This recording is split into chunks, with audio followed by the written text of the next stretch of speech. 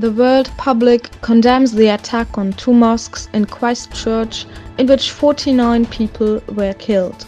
Commenting on the cruel event, the president of the East Turkestan Information Center said, "The terrorist attack that targeted two mosques in Christchurch, leaving 49 dead and as many injured, can only be called conscienceless cruelty. Terror knows neither religion nor nation."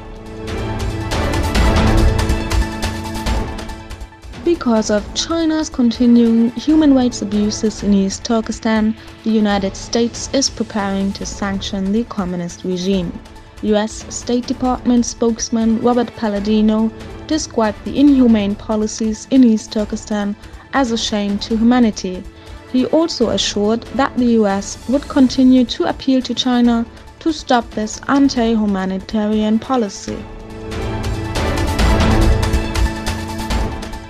At the United Nations Human Rights meeting in Geneva, China's Foreign Minister Li Yingqing claimed that the so-called training camps in Xinjiang are indispensable.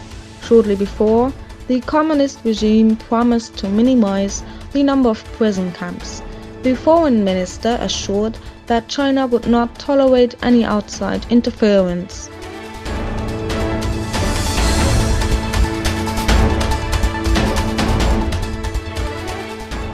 As the US Indo-Pacific Command announced, a B-52 bomber equipped with nuclear attack technology is said to have conducted a training flight in the South China Sea. A military plane of this kind has also approached the Russian border.